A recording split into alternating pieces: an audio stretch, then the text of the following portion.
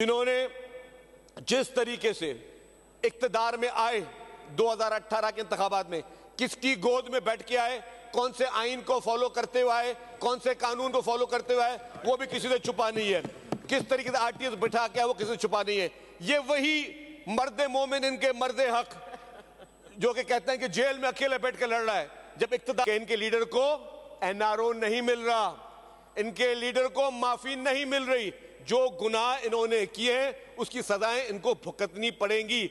आज पीटीआई भले शराफत का जो लिबास ओढ़ रही है या जिस तरीके से बड़ी इनकलाबी बातें कर रही है, इनकी पूरी सियासत की शुरुआत, इनकी सियासत का इख्तिताम इंशाअल्लाह ताला अवाम के सामने होगा। मुझे आज भी हमारे पाकिस्तान के अजीम हीरो अब्दुल सत्तार ईदी साहब के वो अल्फाज याद आते हैं जिसमें मौलाना अब्दुल सत्तार ईदी ने कहा कि जनरल हमीद गुल के साथ इमरान खान न्याजी मेरे से मिलने आया और मुझे कहा हमें मिलके मोहतरमा बेनजीर भुट्टो शहीद की हुकूमत को घर भेजना है। मौलाना अब्दुल सत्तार ईदी साहब गैर सियासी थे, पाकिस्तान के कौमी हीरो थे, पाकिस्तान की शान थे। अगर वो आपके लिए जो बातें कर रहा था, फिर आपने हकीम सईद की भी किताब सुन ली होगी, उसमें इमरान खान के किरदार के लिए क्या लिखा हुआ है। फिर आपने डॉक्टर असरार की किताबें भी सुन ली होंगी, पढ़ ली होंगी, उसने इमरान खान को के ताने बाने कहां से मिलने की बात की है। जी शर्जील साहब। जी sir, thank you deputy speaker साहब। रेजोल्यूशन चीफ मिनिस्टर साहब ने पेश किया और सब मेंबर्स ने अपनी बात की। हमारे दो पॉलिटिकल पार्टीज़ के लोगों ने अपनी बात की, शब्बीर कुरैशी साहब ने और जमात इस्लामी के हमारे दोस्त ने। तो मैं ये समझता हूँ कि जो गलत किस्म के एक हकायक इस अगस्त हाउस में पेश किए गए, उसकी तस्दीक ज़रूर होनी चाहिए, क्योंकि रिकॉर्ड में हमारी स्पीचेस भी रिकॉर्ड में हैं और जो अपोजिशन के मेंबर्स की स्पीचेस वो भी रिकॉर्ड में, तो रिकॉर्ड की दुरुस्तगी ज़रूरी है। हमारे पहले मैं शुरुआत करूंगा, मैं ज़्यादा बात नहीं करूंगा इस रेजोल्यूशन पे चीफ मिनिस्टर साहब ने बड़े तफसीली तौर पे बताया है कि 26वीं आइनी तरमीम से जो हमारे शाहबाब इससे पहले चल रहे थे वो किस तरीके से मुतासर हुए। सर शब्बीर कुरैशी साहब जो बड़ी जोशो खिताबत में तकरीर कर गए, शब्बीर कुरैशी साहब को अगर पहले 2 मिनट बैठ जाएं तो मैं थोड़ी नमाज दोनों साथ पढ़ेंगे, मैं आपकी इमामत में पढ़ लूंगा, लेकिन 2 मिनट सुन लीजिएगा जी।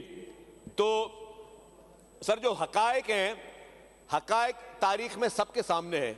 26वीं आइनी तरमीम को जिस तरीके से चीफ मिनिस्टर साहब ने बताया, उसके अगराज़ व मकासद बताए, मैं उसको रिपीटिशन में नहीं जाऊंगा, क्योंकि हमारे मुल्क में अनफॉर्चुनेटली जिस तरीके से अदलिया की जानिब से शब खून जमहूरियत पे मारे गए, अदलिया के चंद जज हजरात, सबकी बात नहीं करूंगा, जिस तरीके से वो एज ए टूल इस्तेमाल हुए, इलेक्टेड गवर्नमेंट्स को उन्होंने घर भेजा, इलेक्टेड प्राइम मिनिस्टर्स को उन्होंने घर भेजा, गैर आइनी आमिरों के कामों को जिस तरीके से उन्होंने प्रोटेक्ट किया, वो पाकिस्तान की तारीख का हिस्सा है। सर मेरे जमात इस्लामी के दोस्तों ने बात की और बड़ी डेमोक्रेसी की और जमहूरियत की बात कर रहे थे, मुझे बड़ा अफसोस हुआ। ये वही जमात इस्लामी हमारी है, ये उनके दोस्त हैं जिन्होंने ज़ियाउल-हक के काले कवानीन को इंडोर्स किया, ये वही जमात इस्लामी के हमारे दोस्त हैं जिन्होंने परवेज मुशर्रफ के एलओएफओ को इंडोर्स किया, उसकी हिमायत में ये लोग मैदान में आए। और आज जब जमहूरी पार्टियां जो काम करना चाह रही हैं जमहूरी, उस पर जो है इनको एतराज़ है, क्योंकि इनकी हमेशा सियासत जो अनफॉर्चुनेटली, मैं लफ्ज़ इस्तेमाल नहीं करना चाहता, इस तरह की रही है। हमारे पीटीआई के दोस्तों ने जो बात की, शब्बीर साहब ने पीटीआई की, कि जी वो एक हक के खिलाफ लड़ रहा है और बहुत बड़ा कोई उन्होंने बड़ी लोगों से, उनको जो है बड़े मजहबी हमारे बड़े लोगों से उनकी उन्होंने कोशिश की कि उनके साथ वो कोई मवासनत करें। सर ये वही इनके पार्टी के लीडर हैं, जब परवेज मुशर्रफ ने रेफरेंडम करवाया कि वर्दी समेत उसको सदर मुमलिकत मुकर्रर किया जाए, तो उसमें सबसे पहले इमरान खान साहब कूद पड़े थे जी कि हाँ मैं पहले वोट दूंगा, मेरी पीटीआई वोट देगी।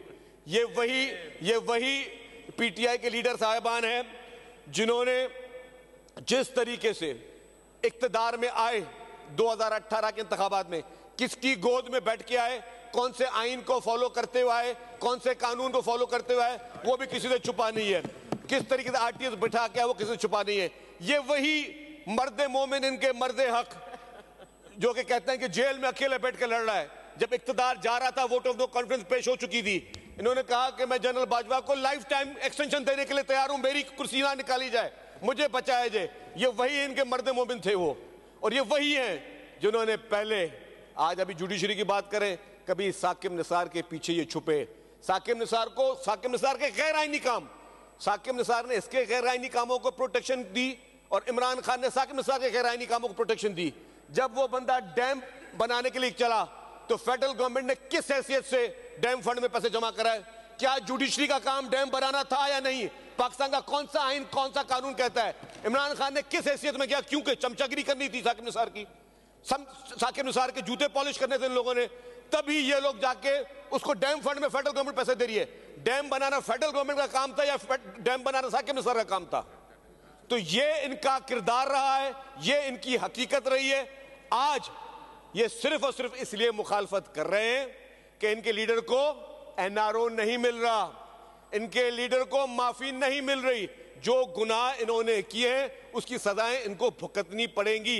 आज पीटीआई भले शराफत का जो लिबास ओढ़ रही है या जिस तरीके से बड़ी इनकलाबी बातें कर रही है, इनकी पूरी सियासत की शुरुआत, इनकी सियासत का इख्तिताम इंशाअल्लाह ताला अवाम के सामने होगा। मुझे आज भी हमारे पाकिस्तान के अजीम हीरो अब्दुल सत्तार ईदी साहब के वो अल्फाज याद आते हैं जिसमें मौलाना अब्दुल सत्तार ईदी ने कहा कि जनरल हमीद गुल के साथ इमरान खान नियाजी मेरे से मिलने आया और मुझे कहा हमें मिलके मोहतरमा बेनजीर भुट्टो शहीद की हुकूमत को घर भेजना है। मौलाना अब्दुल सत्तार ईदी साहब गैर सियासी थे, पाकिस्तान के कौमी हीरो थे, पाकिस्तान की शान थे। अगर वो आपके लिए जो बातें कर रहा था, फिर आपने हकीम सईद की भी किताब सुन ली होगी, उसमें इमरान खान के किरदार के लिए क्या लिखा हुआ है। फिर आपने डॉक्टर असरार की किताबें भी सुन ली होंगी, पढ़ ली होंगी, उसने इमरान खान को के ताने बाने कहां से मिलने की बात की है। तो ये आज शराफत का या इनकलाब का जो एक मास्क पहन के अवाम को बेवकूफ बना रहे हैं, पाकिस्तान के अवाम बेवकूफ नहीं बनेगी।